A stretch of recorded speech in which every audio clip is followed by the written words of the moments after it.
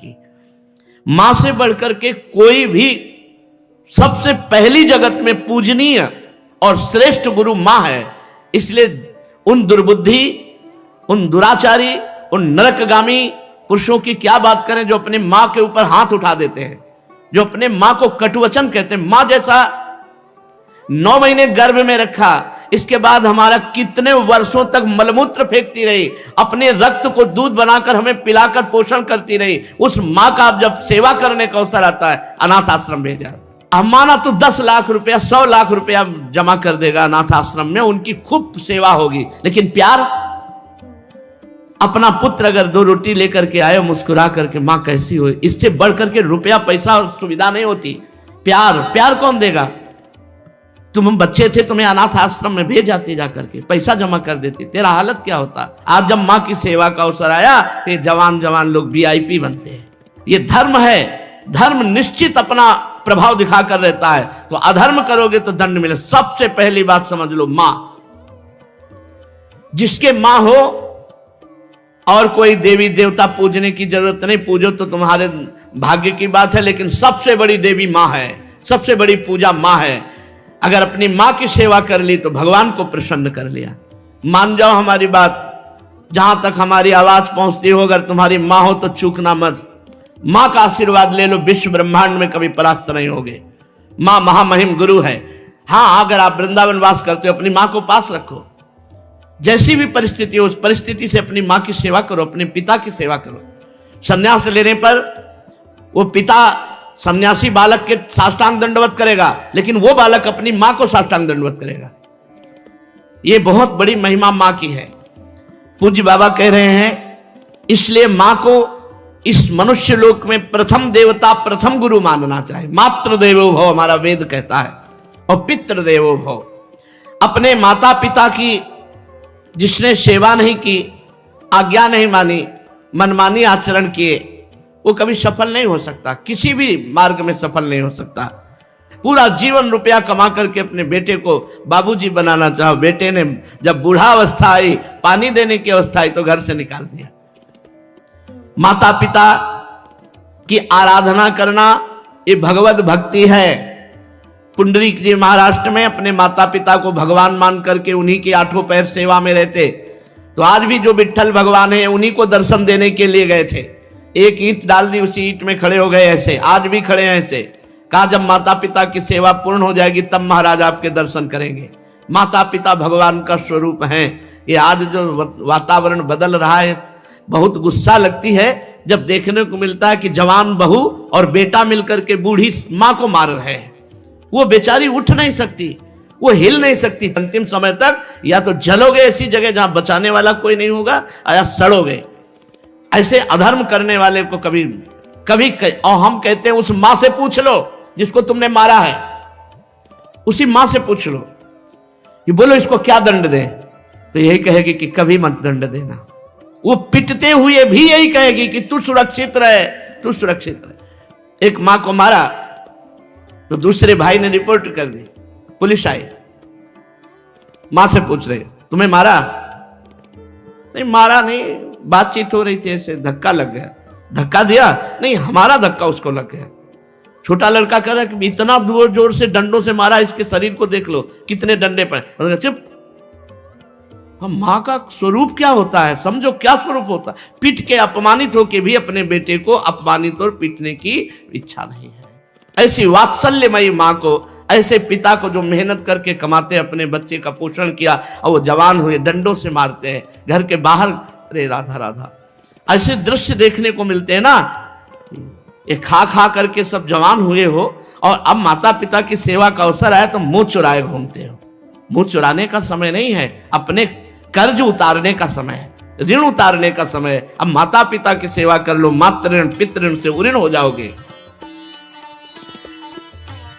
हमने आपको कई बार सुनाया है, एक कश्यप नाम के ऋषि थे, महाभारत में है।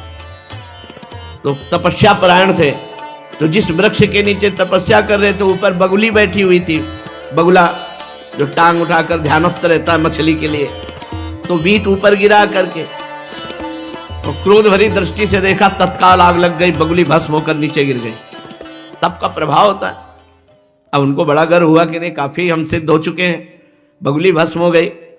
उठे भिक्षा के लिए गए तो एक दरवाजे में जाकर भिक्षाम दे ही, तो एक बहू निकली। उसने कहा भगवान कुछ क्षण रुकिए, अभी बना करके लाए। बड़े मृदु वचन से उनका सम्मान करते हुए अंदर गई तो दूसरे दरवाजे से उसका पति आ गया। जब भी पति आए पति की आराधना, उनको जल पिलाया, आसन पे बैठाला। फिर इतने में कुछ समय लगा और कहा भगवान आपके घर के दरवाजे अतिथि देव विराजमान है, आज्ञा हो तो भोजन। अरे उनका पहले अतिथि देवो भव, अतिथि की सेवा करो। अब वो गए, इतना विलंब क्यों किया? उनका हमारे पति देव आ गए, तू मुझे समझते नहीं है, इतना विलंब क्यों किया? बोले महाराज जानती हूं उस वृक्ष की बगुली नहीं हूं कि तुम्हारी आंख टेढ़ी करने से भस्म हो जाऊंगी। अब उनके होश उड़ गए कि ये बात तो केवल हम जानते हैं, दूसरा कोई जानता ही। तो उनका तुम कैसे जाने? बोले मैं अपने पति सेवा के प्रताप से पतिव्रता हूं, मुझे तीनों कालों का ज्ञान है, तुम्हें बिल्कुल ज्ञान नहीं। अभी तुम अज्ञानी हो, अपने को ऋषि भले समझते हो, कश्यप ऋषि नाम था उनका। जाओ, तुम्हें अगर ज्ञान प्राप्त करना है तो जाओ, वहां एक कसाई रहते हैं, वो तुम्हें ज्ञान प्रदान करेंगे। अब कोई संशय नहीं था क्योंकि अलौकिक बात उनको पता है पातिव्रत धर्म से। वहां गए, जिस कसाई का परिचय बचाया था तो मांस बेच रहा था। कोई कहता 2 किलो तो 2 किलो, किलो तो एक, और ओंठ चल रहे थे। तो कहा कैसी गंदी जगह भेज दिया। चलने लगे तो कहा कश्यप ऋषि। पहला आश्चर्य हुआ कि ये तो नाम बता रहा है हमारा, हमने तो अभी कुछ बात भी नहीं की, वो अमुक गांव की पतिव्रता ने भेजा है। अब और आश्चर्य हुआ। कहा हाँ। बोले बस खड़े रहो, मैं अपना व्यापार कर लूं, बस अभी आपके साथ चलता हूं। खड़े रहे, थोड़ी देर में वो बेच दुकान बंद करके कहा तो उनका पहले ये बताओ इतना निंदनीय कार्य करते हो तुम? तो उनका मेरा जन्म हुआ है इसी कुल में, मैं हिंसा नहीं करता, मैं मांस लाता हूं और बेचता हूं और अपने परिवार का पोषण करता हूं क्योंकि मैं ऐसे कुल में जन्मा हूं। तो उनका तुमको ये कैसे पता चल गया मेरा कश्यप नाम है? बोले आपका नहीं, आपके बाप का, आपके पुरखों तक का हमको पता है। और ये कैसे पता चला कि वो बहू ने आपको कहा है ऐसा? बोले मुझे तीनों काल का ज्ञान है, भूत भविष्य वर्तमान। बोले इतना निंदनीय कार्य करते हो और तीनों काल का? बोले हर समय नाम जप करता रहता हूं और अपने कुल के अनुसार व्यापार करता हूं और मेरी प्रधान पूजा, चलो घर देखो। जब घर में गए तो श्वेत पलंग पर बूढ़े माता पिता सजाए देवता की तरह बैठे थे। जाके साष्टांग दंडवत की और कहा माँ आपके घर में अतिथि आए हैं, उनका अतिथि से मिलो और सेवा करो। उनका ये हमारे भगवान है, 8 पैर इनकी पूजा करता हूं, अपने माता पिता की, और अपने कुल के अनुसार आचरण करता हूं और निरंतर नाम जप करता हूं। उसके प्रताप से मुझे तीनों काल का ज्ञान है, भूत भविष्य वर्तमान। तुम अपने माता पिता को छोड़ करके तपस्या के लिए निकले हो और वो भी अंधे हैं तुम्हारे माता पिता, जो स्वयं पानी नहीं ले सकते। तुम्हें कभी न परम पद मिलेगा, न स्वर्ग मिलेगा, नरक मिलेगा तुम्हें। उसी समय वापस हो गए और जब माता पिता का शरीर पूरा हुआ तब पुनः तपस्या में लगे। माता पिता भगवान का स्वरूप है। स्वयं प्रात काल उठी कै रघुनाथा, मातु पिता गुरु ना वही माथा। अपने माता, अपने पिता, अपने गुरुदेव के चरणों में स्वयं राम जी महाराज मस्तक रखते थे प्रात काल उठ करके। सबसे पहले अपने माता पिता की जो आज्ञा का उल्लंघन करते हैं उन्हें कभी सदगति प्राप्त नहीं होती। अब ध्यान से सुनो, यदि माता पिता भगवान का नाम जब भगवान की भक्ति का विरोध करने वाले हो तो उनकी नहीं बात माननी चाहिए। यदि माता पिता भगवान की भक्ति का विरोध करने वाले हो तो नहीं माननी चाहिए। यदि माता पिता गंदी आज्ञा करे तो नहीं देना चाहिए। रोटी दाल खाओ, नहीं चाहे उपवास करके मर जाओ, तुम्हें मुर्गा बकरी नहीं देंगे आके, तुम्हें शराब नहीं पिलाएंगे आके। एक तरफ भक्ति का वर्णन किया, अब ये वर्णन किया उनके दुष्परिणाम। और अगर माता पिता गलत आज्ञा करते हैं तो नहीं, पानी पी के रहो, ऐसे रहो, शराब तुम्हें नहीं देंगे, मांस तुम्हें नहीं देंगे। क्यों गलत आदत बनाई? जो धर्म विरुद्ध है वो हम तुम्हें लाके नहीं दे सकते। यदि माता पिता भक्ति विरोधी हो तो उनकी बात नहीं माननी चाहिए। सेवा करने की बात नहीं कह रहे, सेवा करो, बात मत मानो। यदि भक्ति विरोधी है तो बात मत मानो। यदि वो भक्ति विरोधी आदेश करते हैं, मांस भक्षण, मदिरा पान या कोई गलत आचरण का, बिल्कुल आदेश मत मानो। बिल्कुल अमंगल नहीं होगा। तजो पिता प्रहलाद विभीषण बंधु भरत महतारी, गुरुबल तजो कंत ब्रज बनितन भेमुद मंगलकारी, जाके प्रिय न राम अभय देही, तजिए ताहि कोटि बैरीशम यद्यपि परम स्नेही। दूसरे का धन चोरी से, बेईमानी से, घूस से, छल कपट से कभी नहीं लेना चाहिए, नहीं वो तुम्हारे परिवार की बुद्धि भ्रष्ट करके नष्ट कर देगा। इस बात को बैठा लो, वो एक ही बार वाला सब पूरा नष्ट कर देगा। तुम्हारे घर के बच्चों की बुद्धि भ्रष्ट, पत्नी की बुद्धि भ्रष्ट और तुम्हारी बुद्धि भ्रष्ट, रोगे बाद में बैठ के। कितने ऐसे उदाहरण हैं। एक बहुत बड़े ऑफिसर पद में थे, फार्म हाउस और क्या क्या, अकेला लड़का, नक्शा था, कई गाड़ियां सब। अब लड़का धीरे धीरे डिप्रेशन में पहुंचा, अपने हाथ से अपना गला उड़ा दिया। अब बैठे पूरी जिंदगी भर रो, क्योंकि अब बुढ़ापा हो गया है, तो अब ये तो हो नहीं सकती कि संतान उत्पन्न हो जाए। अब केवल सोचो, सोचो कि तुमने क्या क्या किया। अब जीवन भर वही फार्म हाउस और महल और गाड़ियां देख देख के रो कि इनका अधिकारी कोई नहीं है। धर्म से चलो, साइकिल से चलोगे तो भी उन्नति को प्राप्त होगे, आनंदित रहोगे। मान लो हमारी बात। अधर्म का पैसा दूसरे को, निर्दोष को दंड दिया और दोषी को मुक्त कर दिया रुपए के बल से, तो वो सरकारी, आखिरी सरकार जहां किसी की घूस नहीं चलती, वो जब न्याय करेगा तो ऐसी जगह फंसोगे, पूछो मत। एक बड़ा बलवान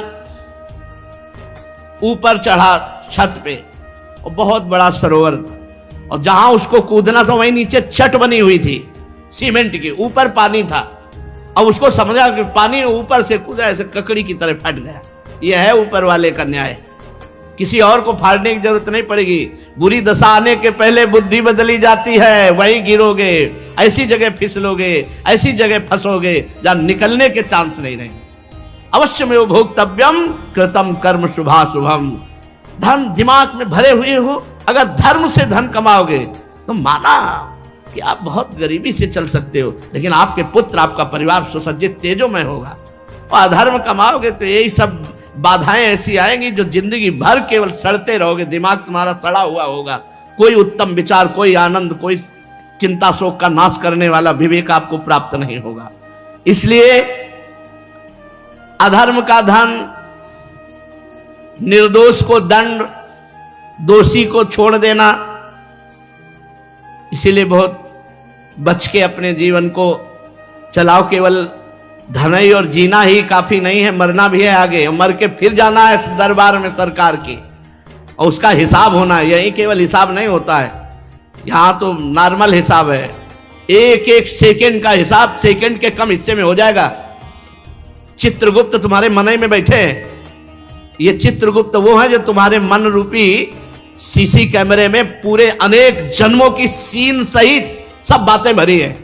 उसी को तो नाम जप मंत्र जब से डिलीट कर आ जाता है। जब नाम जप मंत्र जप करते तो सामने छा जाता है। इसलिए भाई अधर्म के धन से बचो, क्योंकि ये बुद्धि भ्रष्ट कर देता, परिवार को नष्ट कर देता है। ये बात अपने दिमाग में बैठा लो। अधर्म से दूसरों का धन लेने वालों, छल कपट करने वालों, ये बात को समझ लो। चाहे जिस पद प्रतिष्ठा पे हो, वो धन तुम्हारे लिए नाश का कारण बनेगा। मान लो, ये बात मान लो, प्रार्थना मान लो, नहीं आगे परिणाम देख लेना। कोई नहीं देख रहा, लेकिन तुम तो देख रहे हो, तुम देख रहे हो। कोई गवाही नहीं, लेकिन तुम गवाही हो। यहां जैसे वो जो जिससे गुप्त बात पूछनी होती, उसको वो दबावा दे करके वो मशीन में डाला जाता कि वो वही बोलेगा जो सत्य है। नहीं, वो हमें नारकोटिक, हाँ जो भी ऐसे, वहां नारकोटिक की जरूरत नहीं, वहां बोलोगे ही सत्य, और तुम्हें बोलने का अवसर ही नहीं मिलेगा। केवल यस यस, एक सेकंड के हिसाब में अनंत जन्मों का हिसाब करने की सामर्थ्य रहती। तुम्हारे सामने शील चल रही, तुम स्वीकृति देते चले जा रहे हो। बस ये चल सुअर बन, गधा बन, अब गए सुअरी की कोख में, अब भोगो। अवश्य में भोक्तव्यम कृतम कर्म शुभाशुभम। भाई सावधान, ये कर्म भूमि है, जो कर्म करोगे तुम्हें भोगना।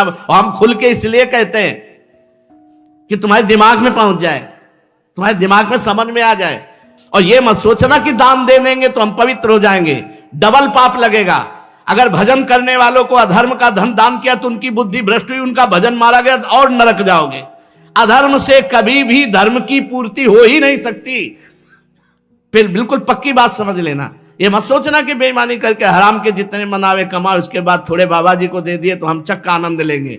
बाबा जी को अगर आप दोगे तो उनकी भी बुद्धि भजन से विपरीत जाएगी, उसका भी पाप तुमको लगेगा। इसलिए वो राधा बाबा कहते थे कि ईमानदारी का पैसा यहाँ देना हमें।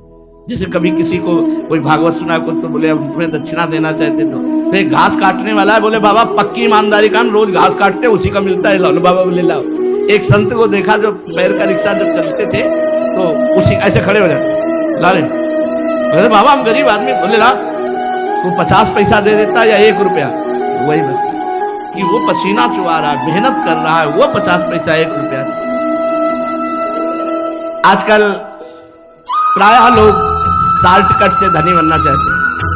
कितनी जन आत्महत्या कर रहे हैं, मोबाइल में वो एडवर्टाइज भी आती है।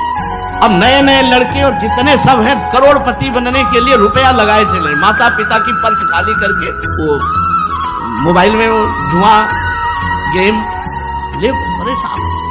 अनंत ब्रह्मांडों का स्वामी अपने आप को दांव में लगा दो, वो अपने आप को दे देंगे, वो अपने आप को दे देंगे तो अनंत ब्रह्मांड तुम्हारा। तभी कहते हैं बिना दस्तखत के जब जो जरूरत होती है, मांगना नहीं है किसी भी तरह का। आप सत्संग सब सुन रहे हैं, किसी भी तरह का यहाँ कोई फ्रॉड आपको नजर आता हो कि ऐसे तो कहते हैं कि मैं लेता नहीं हूँ, पीछे बैग में ले जाते हैं, लेता कोई खड़ा होकर बता दे, आप दे दोगे हाथ उठा करके। ऐसे किए तो भिक्षुक हैं, बाबा जी हैं। ये बिजली का बिल हमारे घर में बिजली नहीं पैदा होती, इसकी भी फीस लगती है।